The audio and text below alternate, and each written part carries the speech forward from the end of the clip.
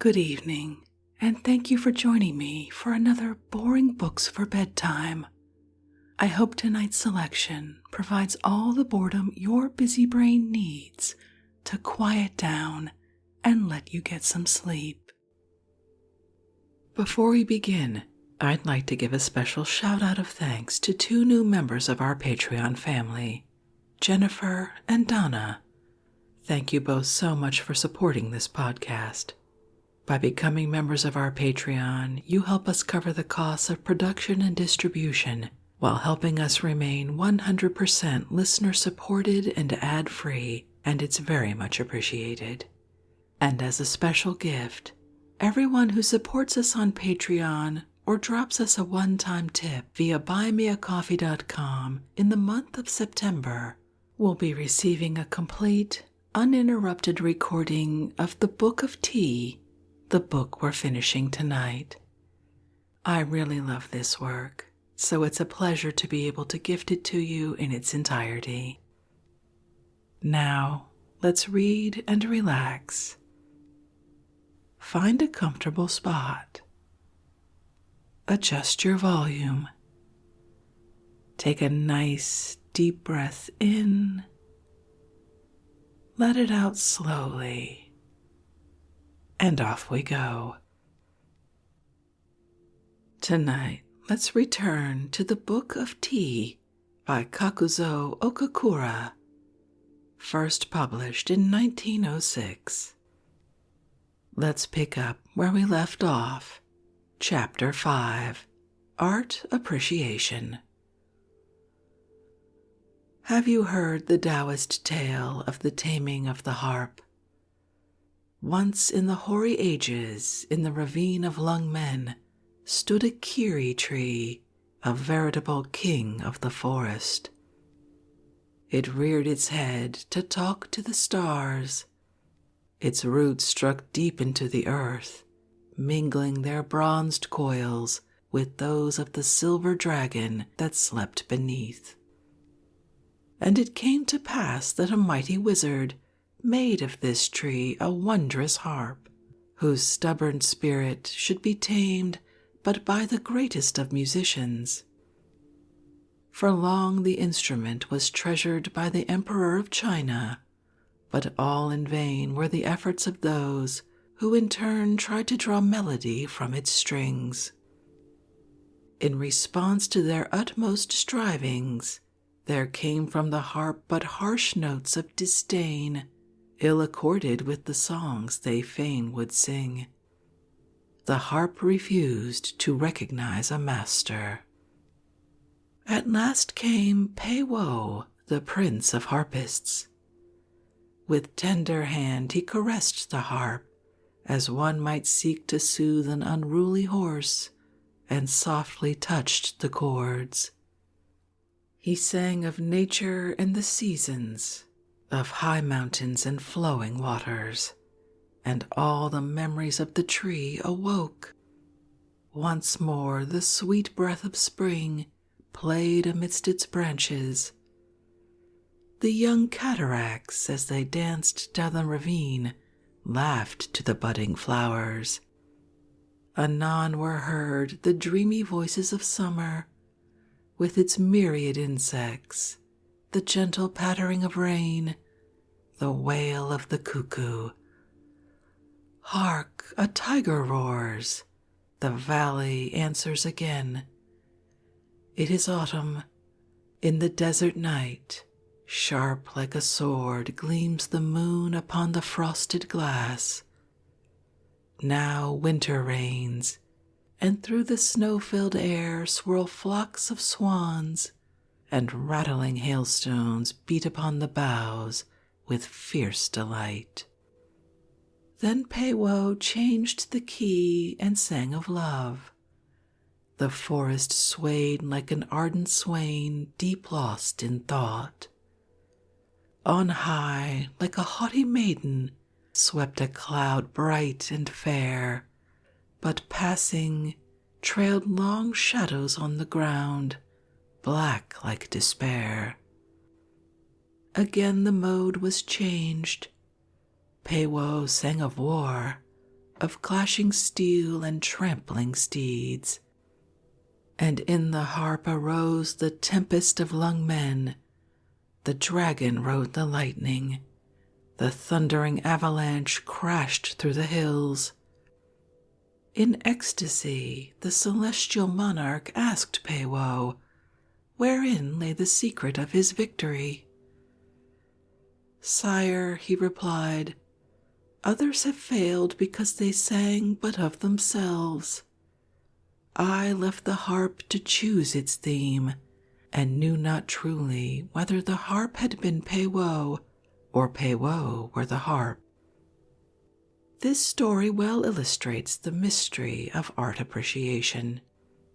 The masterpiece is a symphony played upon our finest feelings. True art is Peiwo, and we the harp of lung men. At the magic touch of the beautiful, the secret chords of our being are awakened. We vibrate and thrill in response to its call. Mind speaks to mind. We listen to the unspoken. We gaze upon the unseen. The master calls forth notes we know not of. Memories long forgotten all come back to us with a new significance. Hopes stifled by fear, yearnings that we dare not recognize, stand forth in new glory. Our mind is the canvas on which the artists lay their color. Their pigments are our emotions, their chiaroscuro the light of joy, the shadow of sadness. The masterpiece is of ourselves, as we are of the masterpiece. The sympathetic communion of minds necessary for art appreciation must be based on mutual concession. The spectator must cultivate the proper attitude for receiving the message, as the artist must know how to impart it. The tea master Kobori Enshu, himself a daimyo, has left to us these memorable words: "Approach a great painting as thou wouldst approach a great prince." In order to understand a masterpiece, you must lay yourself low before it and await with bated breath its least utterance. An eminent Sung critic once made a charming confession. Said he, "In my young days I praised the master whose pictures I liked, but as my judgment matured, I praised myself for liking what the masters had chosen to have me like." It is to be deplored that so few of us really take pains to study the moods of the masters. In our stubborn ignorance, we refuse to render them this simple courtesy, and thus often miss the rich repast of beauty spread before our very eyes. A master has always something to offer, while we go hungry solely because of our own lack of appreciation. To the sympathetic, a masterpiece becomes a living reality towards which we feel drawn in bonds of comradeship. The masters are immortal, for their loves and fears live in us over and over again. It is rather the soul than the hand, the man than the technique which appeals to us. The more human the call, the deeper is our response. It is because of this secret understanding between the master and ourselves that in poetry or romance we suffer and rejoice with the hero and heroine. Chikamatsu, our Japanese Shakespeare, has laid down as one of the first principles of dramatic composition the importance of taking the audience into the confidence of the author. Several of his pupils submitted plays for his approval, but only one of the pieces appealed to him.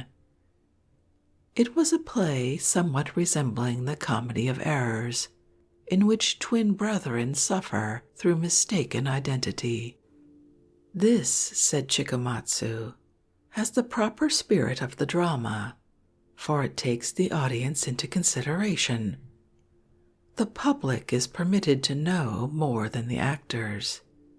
It knows where the mistake lies and pities the poor figures on the board who innocently rush to their fate.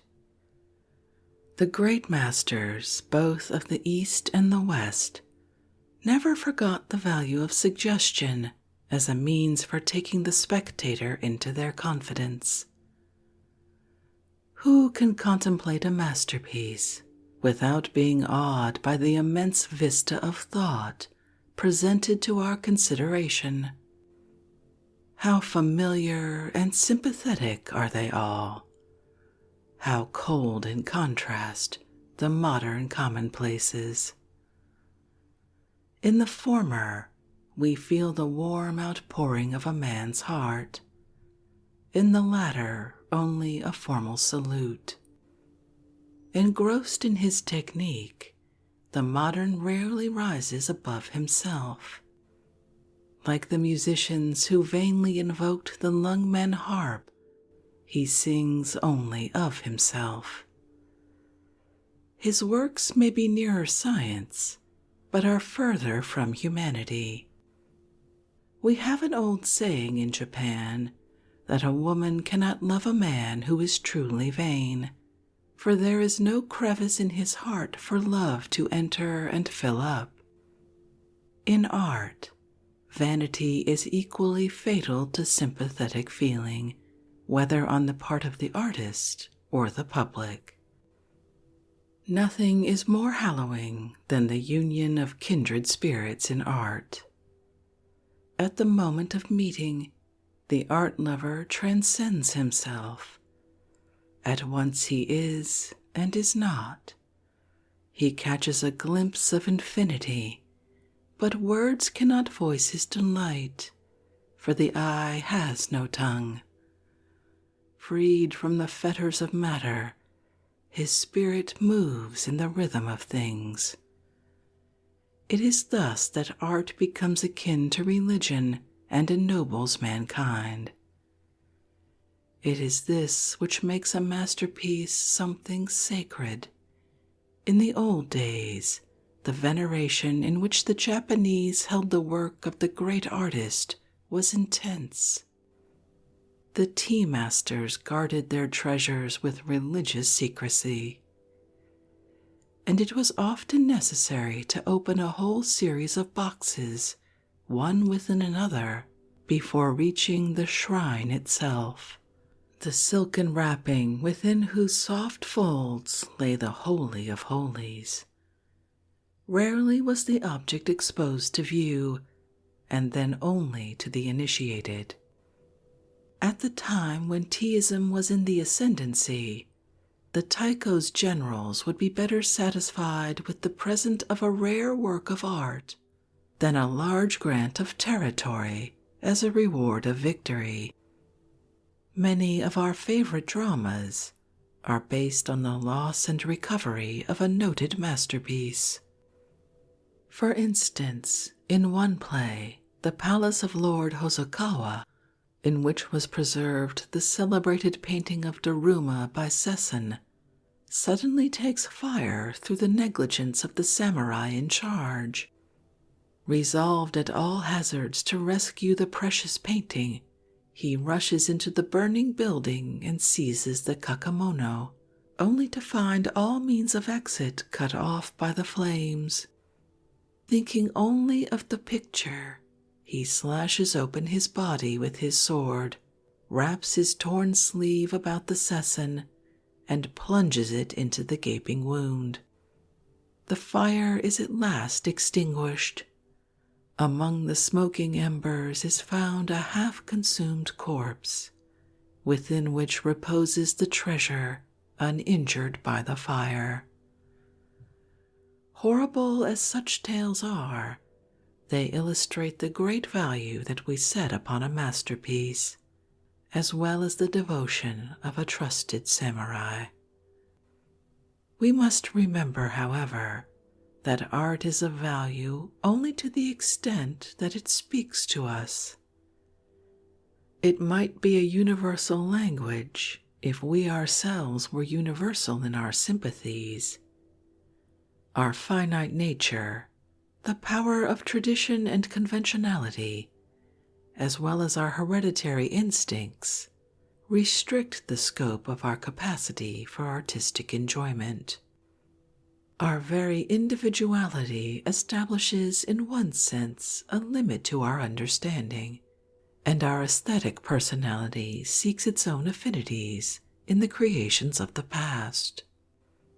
It is true that with cultivation our sense of art appreciation broadens, and we become able to enjoy many hitherto unrecognized expressions of beauty. But after all, we see only our own image in the universe.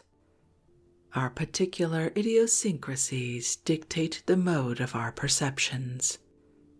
The tea masters collected only objects which fell strictly within the measure of their individual appreciation. One is reminded in this connection of a story concerning Kobori Enshu. Enshu was complimented by his disciples on the admirable taste he had displayed in the choice of his collection. Said they, "Each piece is such that no one could help admiring. It shows that you had better taste than had Rikyu, for his collection could only be appreciated by one beholder in 1,000. Sorrowfully, Enshu replied, "This only proves how commonplace I am. The great Rikyu dared to love only those objects which personally appeal to him, whereas I unconsciously cater to the taste of the majority. Verily, Rikyu was 1 in 1,000 among tea masters." It is much to be regretted that so much of the apparent enthusiasm for art at the present day has no foundation in real feeling. In this democratic age of ours, men clamor for what is popularly considered the best, regardless of their feelings.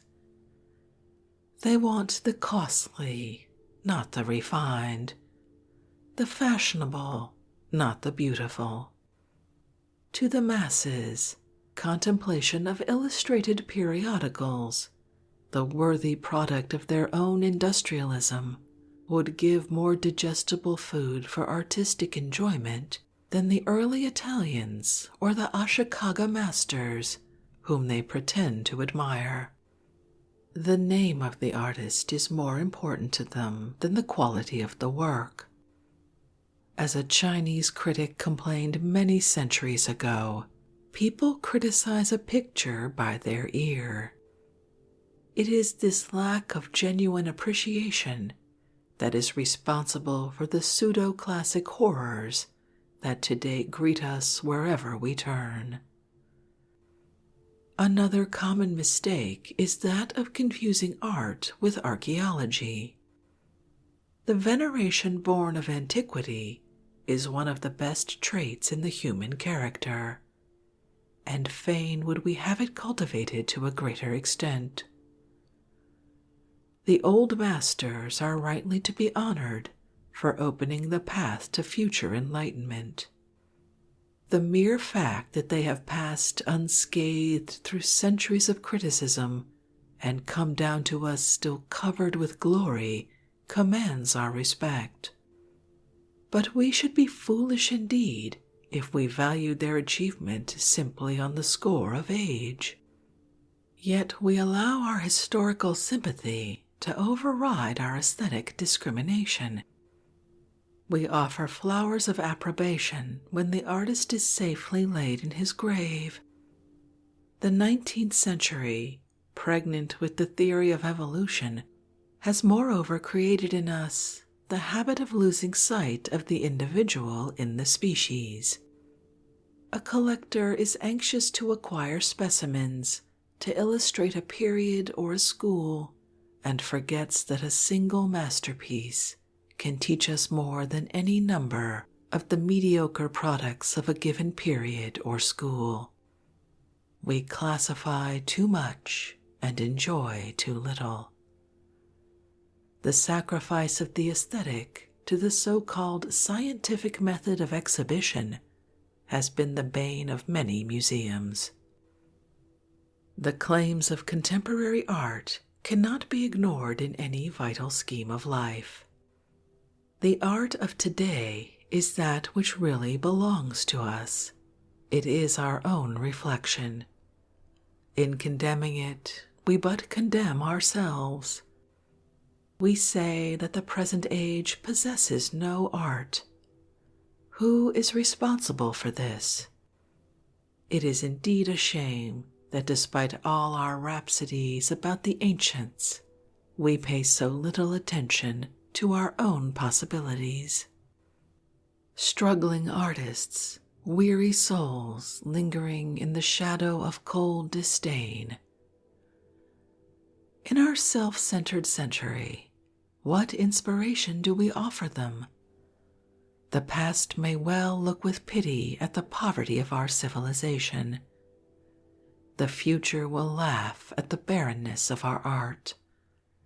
We are destroying the beautiful in life. Would that some great wizard might from the stem of society shape a mighty harp whose strings would resound to the touch of genius. Chapter 6. Flowers. In the trembling gray of a spring dawn, when the birds were whispering in mysterious cadence among the trees, have you not felt that they were talking to their mates about the flowers? Surely with mankind, the appreciation of flowers must have been coeval with the poetry of love.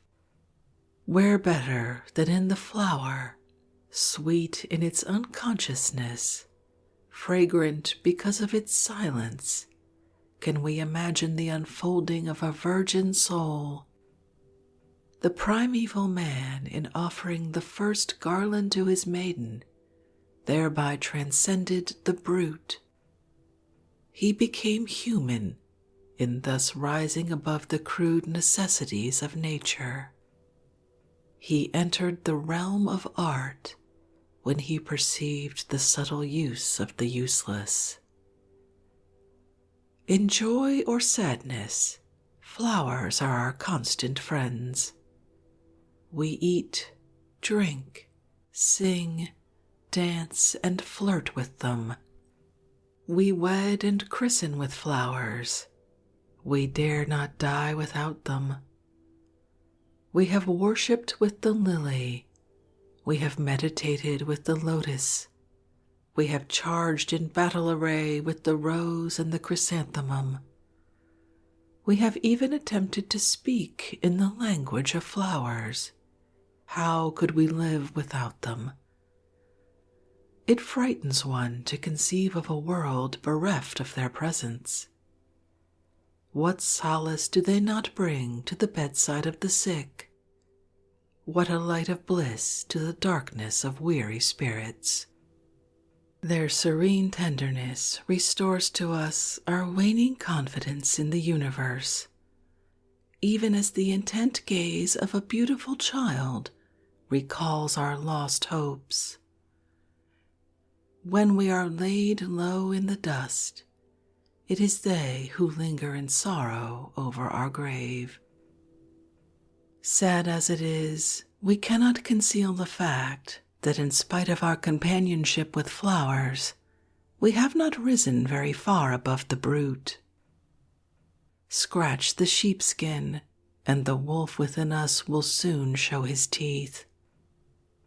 It has been said that a man at 10 is an animal, at 20 a lunatic, at 30 a failure, at 40 a fraud, and at 50 a criminal. Perhaps he becomes a criminal because he has never ceased to be an animal. Nothing is real to us but hunger, nothing sacred except our own desires. Shrine after shrine has crumbled before our eyes, but one altar is forever preserved, that wherein we burn incense to the supreme idol, ourselves. Our God is great, and money is his profit. We devastate nature in order to make sacrifice to him. We boast that we have conquered matter, and forget that it is matter that has enslaved us. What atrocities do we not perpetrate in the name of culture and refinement? Tell me, gentle flowers, teardrops of the stars, standing in the garden, nodding your heads to the bees as they sing of the dews and the sunbeams, are you aware of the fearful doom that awaits you? Dream on, sway and frolic while you may in the gentle breezes of summer. Tomorrow, a ruthless hand will close around your throats. You will be wrenched, torn asunder limb by limb, and borne away from your quiet homes. The wretch, she may be passing fair. She may say how lovely you are, while her fingers are still moist with your blood. Tell me, will this be kindness? It may be your fate to be imprisoned in the hair of one whom you know to be heartless, or to be thrust into the buttonhole of one who would not dare to look you in the face were you a man. It may even be your lot to be confined in some narrow vessel with only stagnant water to quench the maddening thirst that warns of ebbing life. Flowers, if you were in the land of the Mikado, you might sometime meet a dread personage armed with scissors and a tiny saw. He would call himself a master of flowers. He would claim the rights of a doctor, and you would instinctively hate him, for you know a doctor always seeks to prolong the troubles of his victims. He would cut, bend, and twist you into those impossible positions which he thinks it proper that you should assume. He would contort your muscles and dislocate your bones like any osteopath. He would burn you with red-hot coals to stop your bleeding, and thrust wires into you to assist your circulation. He would diet you with salt, vinegar, alum, and sometimes vitriol. Boiling water would be poured on your feet when you seemed ready to faint. It would be his boast that he could keep life within you for 2 or more weeks longer than would have been possible without his treatment. Would you not have preferred to have been killed at once when you were first captured? What were the crimes you must have committed during your past incarnation to warrant such punishment in this? The wanton waste of flowers among Western communities is even more appalling than the way they are treated by Eastern flower masters. The number of flowers cut daily to adorn the ballrooms and banquet tables of Europe and America to be thrown away on the morrow must be something enormous. If strung together, they might garland a continent. Beside this utter carelessness of life, the guilt of the flower master becomes insignificant. He at least respects the economy of nature, selects his victims with careful foresight, and after death does honor to their remains.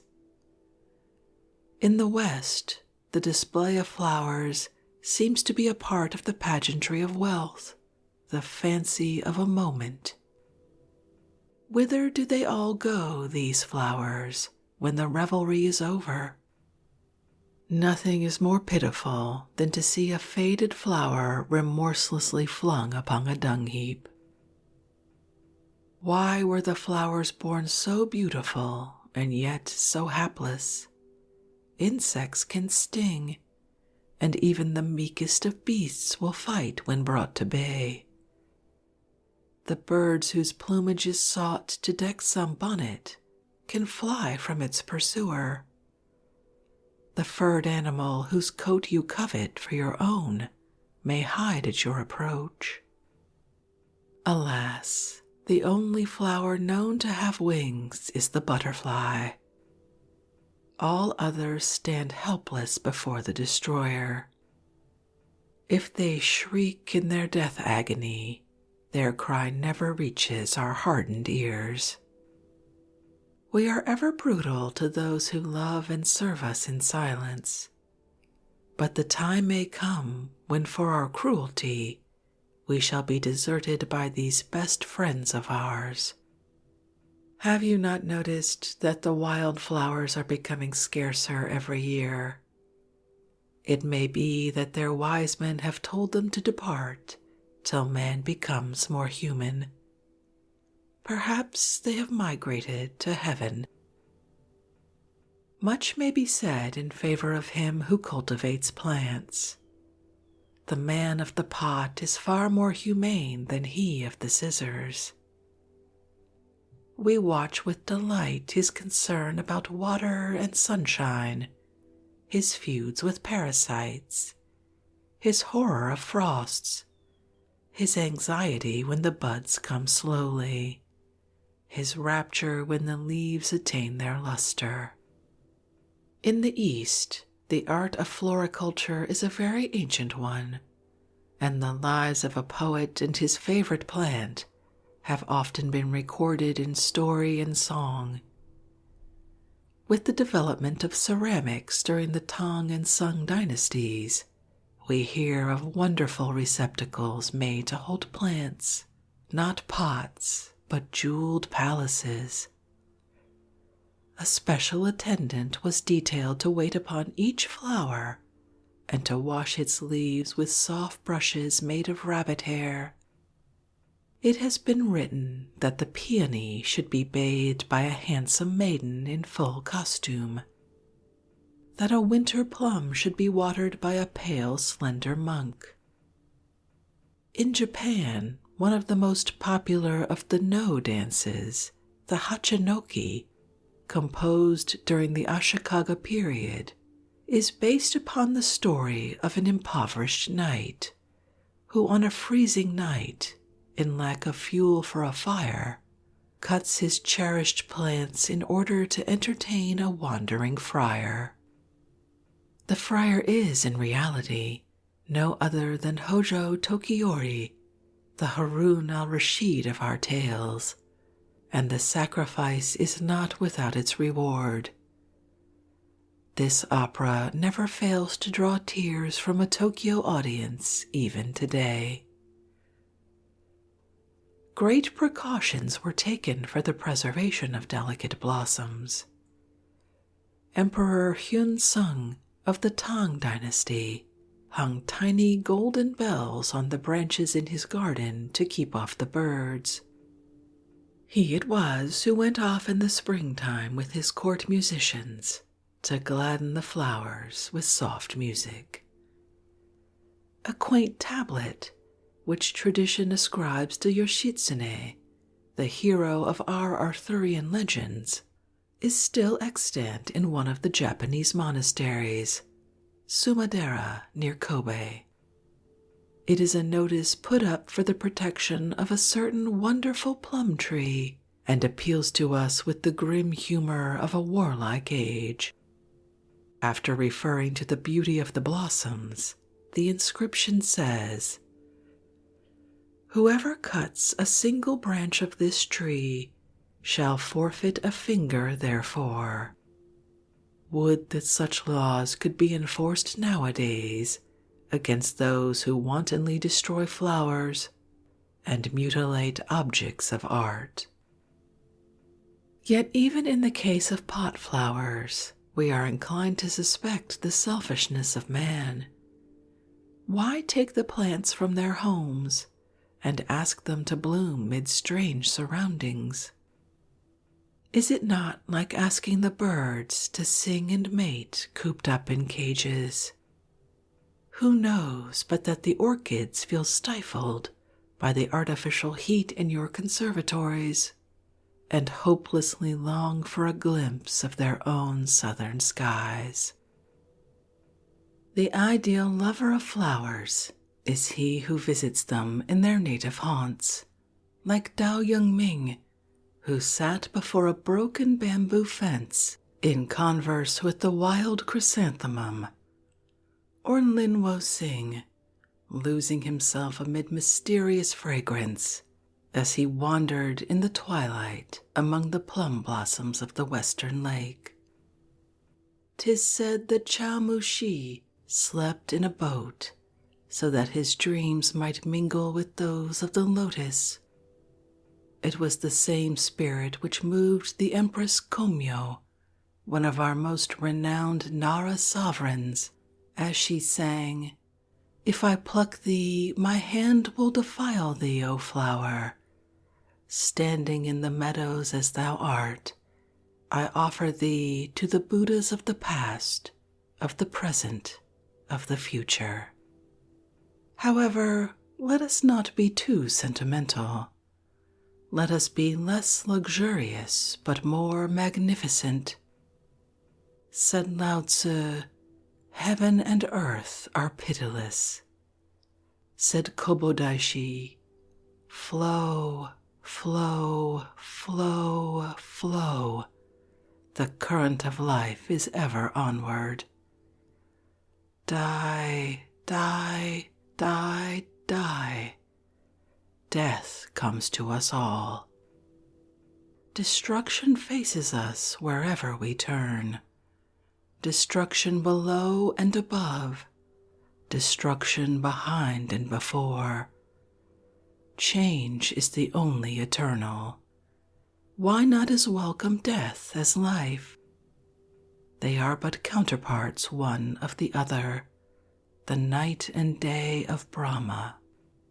Through the disintegration of the old, recreation becomes possible. We have worshipped death, the relentless goddess of mercy, under many different names.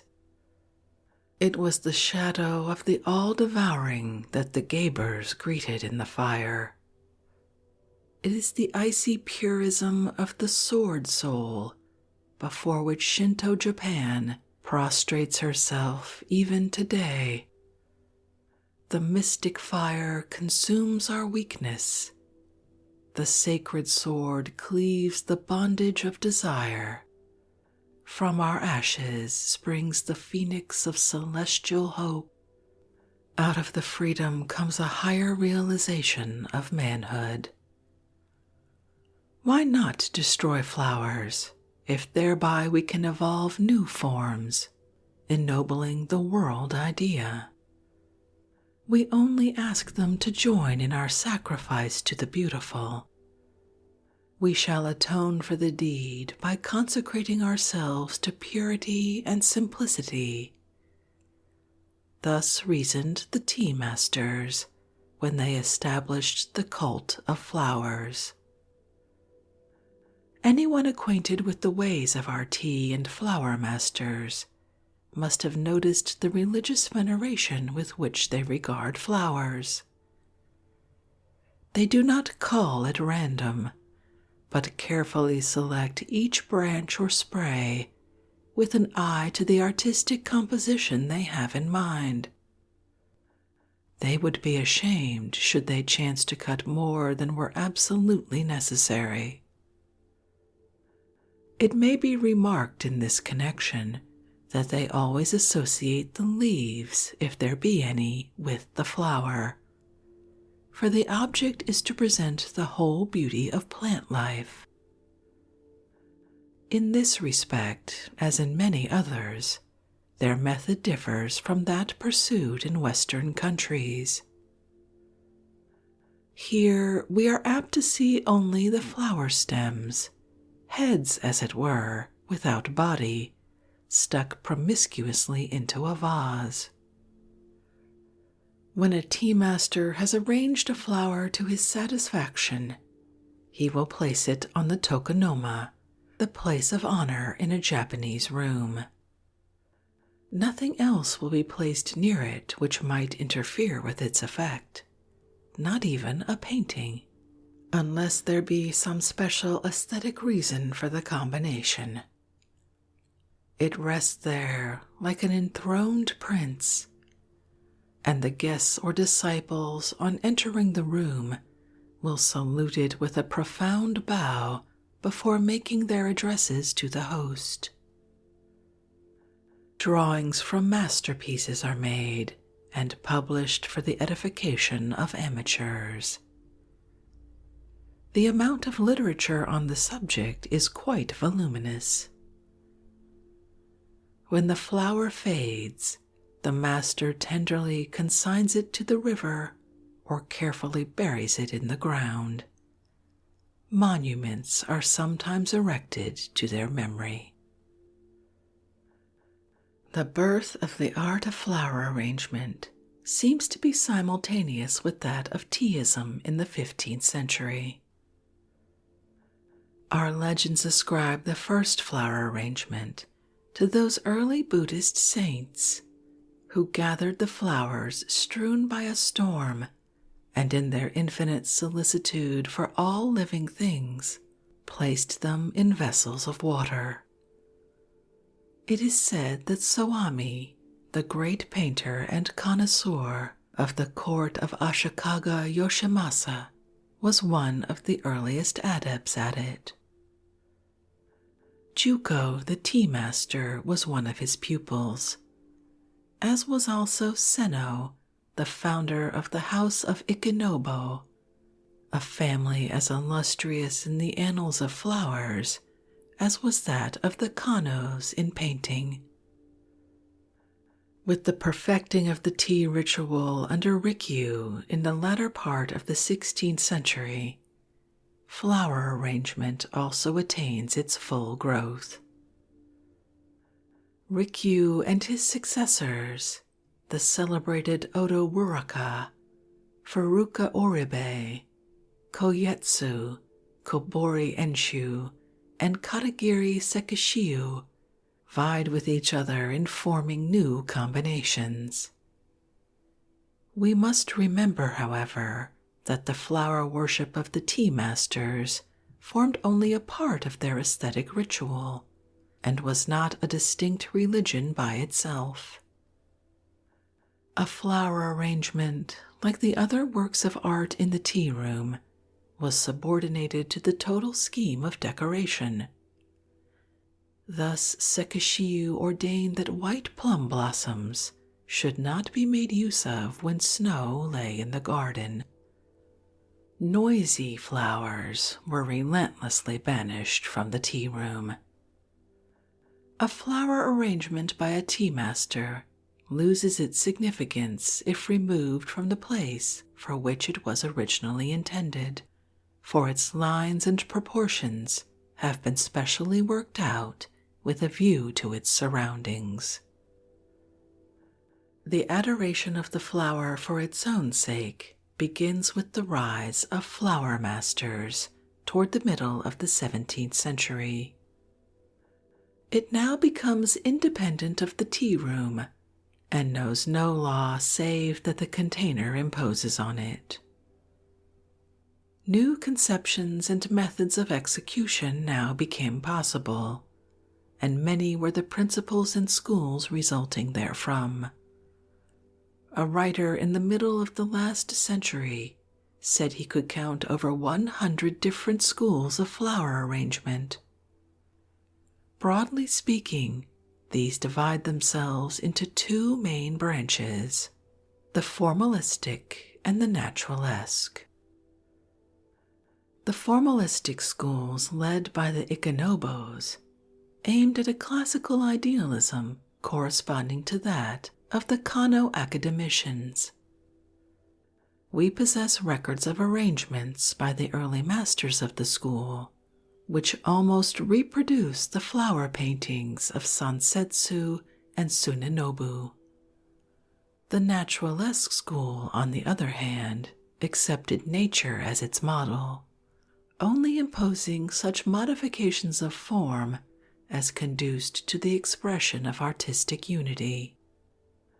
Thus we recognize in its works the same impulses which formed the ukiyo-e and shijo schools of painting. It would be interesting, had we time, to enter more fully than it is now possible into the laws of composition and detail formulated by the various flower masters of this period, showing, as they would, the fundamental theories which governed Tokugawa decoration. We find them referring to the leading principle, heaven, the subordinate principle, earth, the reconciling principle, man, and any flower arrangement which did not embody these principles was considered barren and dead. They also dwelt much on the importance of treating a flower in its three different aspects: the formal, the semi-formal, and the informal. The first might be said to represent flowers in the stately costume of the ballroom, the second in the easy elegance of afternoon dress, the third in the charming déshabille of the boudoir. Our personal sympathies are with the flower arrangements of the tea master rather than with those of the flower master. The former is art in its proper setting, and appeals to us on account of its true intimacy with life. We should like to call this school the natural, in contradistinction to the naturalistic and formalistic schools. The tea master deems his duty ended with the selection of the flowers, and leaves them to tell their own story.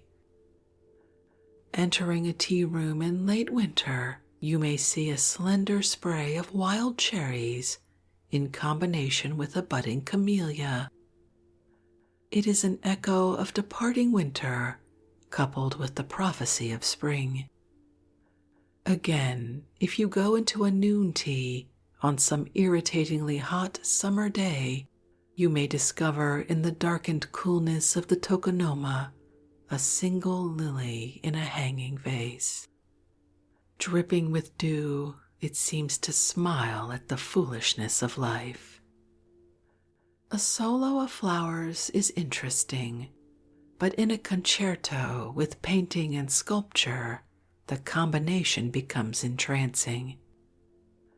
Sekishiu once placed some water plants in a flat receptacle to suggest the vegetation of lakes and marshes, and on the wall above he hung a painting by Sawami of wild ducks flying in the air.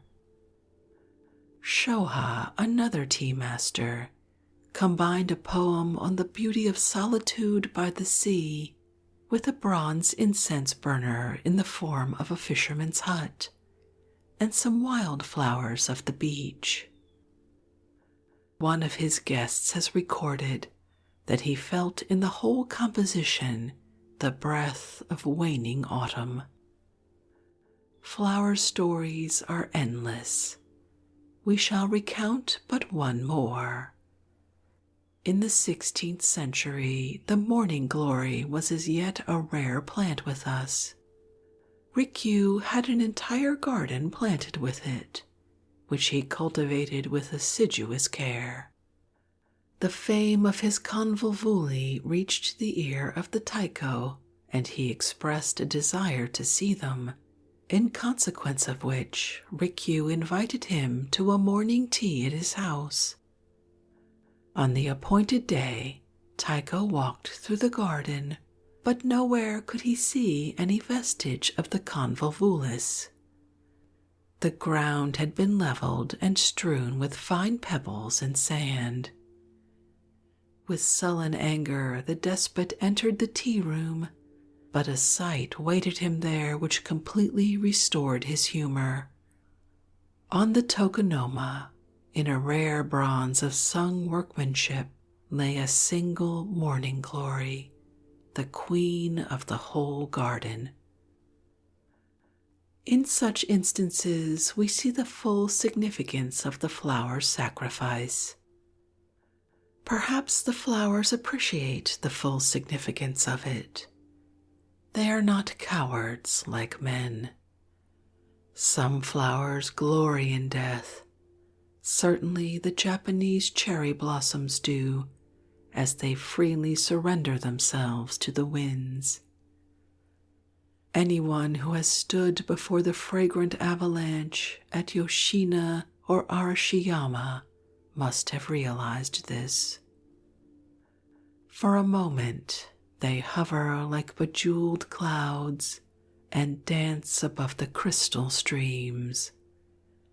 Then, as they sail away on the laughing waters, they seem to say, "Farewell, O spring, we are on to eternity."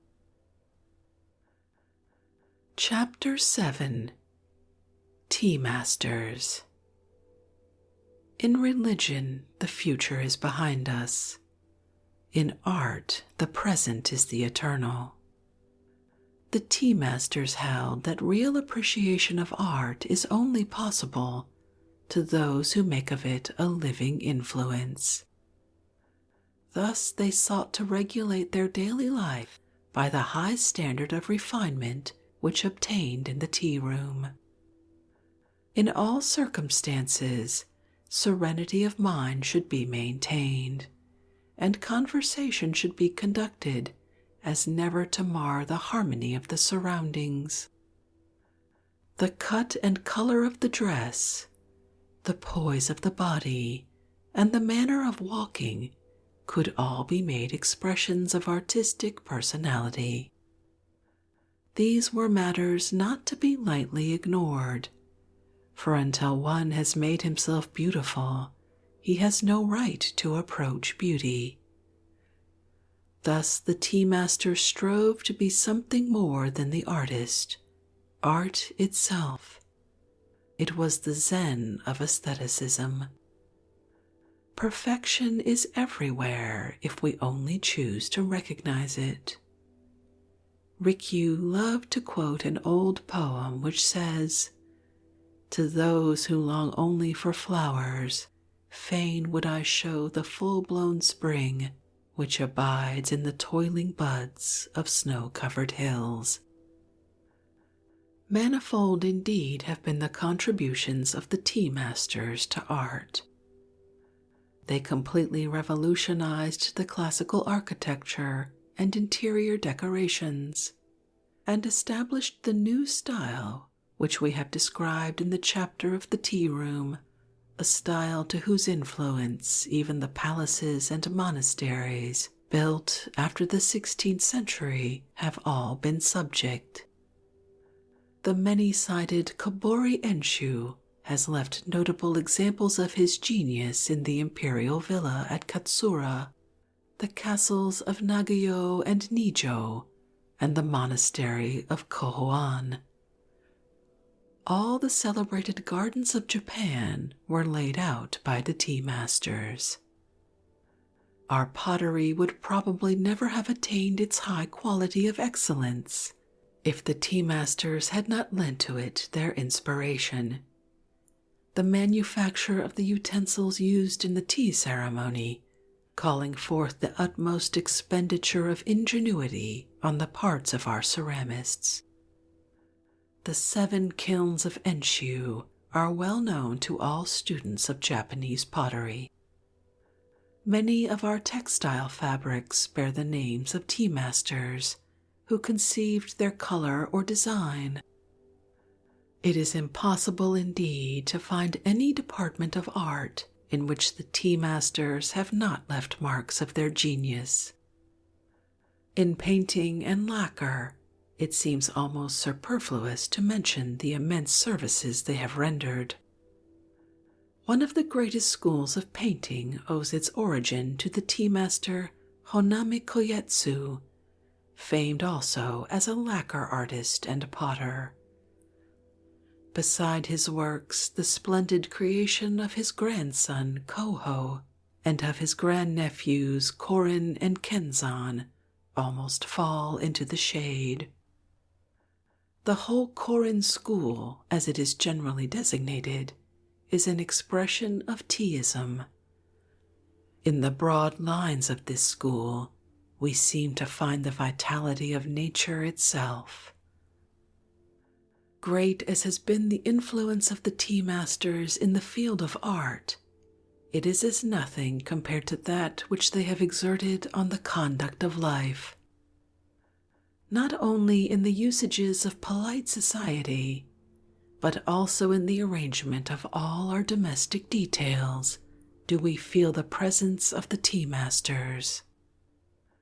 Many of our delicate dishes, as well as our way of serving food, are their inventions. They have taught us to dress only in garments of sober colors. They have instructed us in the proper spirit in which to approach flowers. They have given emphasis to our natural love of simplicity and shown us the beauty of humility. In fact, through their teachings, tea has entered the life of the people. Those of us who know not the secret of properly regulating our own existence on this tumultuous sea of foolish troubles which we call life, are constantly in a state of misery while vainly trying to appear happy and contented. We stagger in the attempt to keep our moral equilibrium, and see forerunners of the tempest in every cloud that floats on the horizon. Yet there is joy and beauty in the roll of billows as they sweep outward toward eternity. Why not enter into their spirit, or, like Lao-tzu, ride upon the hurricane itself? He only who has lived with the beautiful can die beautifully. The last moments of the great tea masters were as full of exquisite refinement as had been their lives. Seeking always to be in harmony with the great rhythm of the universe, they were ever prepared to enter the unknown. The last tea of Rikyu will stand forth forever as the acme of tragic grandeur. Long had been the friendship between Rikyu and the Taiko Hideyoshi, and high the estimation in which the great warrior held the tea master. But the friendship of a despot is ever a dangerous honor. It was an age rife with treachery, and men trusted not even their nearest kin. Rikyu was no servile courtier, and had often dared to differ in argument with his fierce patron. Taking advantage of the coldness which had for some time existed between the Taiko and Rikyu, the enemies of the latter accused him of being implicated in a conspiracy to poison the despot. It was whispered to Hideyoshi that the fatal potion was to be administered to him with a cup of the green beverage prepared by the tea master. With Hideyoshi, suspicion was sufficient ground for instant execution, and there was no appeal from the will of the angry ruler. One privilege alone was granted to the condemned, the honor of dying by his own hand. On the day destined for his self-immolation, Rikyu invited his chief disciples to a last tea ceremony. Mournfully, at the appointed time, the guests met at the portico. As they look into the garden path, the trees seem to shudder, and in the rustling of their leaves are heard the whispers of homeless ghosts. Like solemn sentinels before the gates of Hades stand the gray stone lanterns. A wave of rare incense is wafted from the tea room. It is the summons which bids the guests to enter. One by one they advance and take their places. In the tokonoma hangs a kakemono, a wonderful writing by an ancient monk dealing with the evanescence of all earthly things. The singing kettle, as it boils over the brazier, sounds like some cicada pouring forth his woes to departing summer. Soon the host enters the room.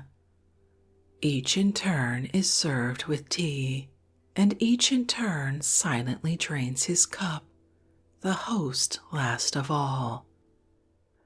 According to established etiquette, the chief guest now asks permission to examine the tea equipage.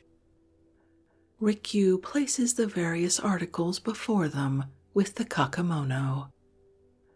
After all have expressed admiration of their beauty, Rikyu presents one of them to each of the assembled company as a souvenir. The bowl alone he keeps. Never again shall this cup, polluted by the lips of misfortune, be used by man. He speaks and breaks the vessel into fragments. The ceremony is over. The guests, with difficulty restraining their tears, take their last farewell and leave the room. One only, the nearest and dearest, is requested to remain and witness the end. Rikyu then removes his tea gown and carefully folds it upon the mat, thereby disclosing the immaculate white death robe which it had hitherto concealed. Tenderly he gazes on the shining blade of the fatal dagger, and in exquisite verse thus addresses it: "Welcome to thee, O sword of eternity! Through Buddha and through Daruma alike thou hast cleft thy way." And with a smile upon his face, Rikyu passed forth into the unknown.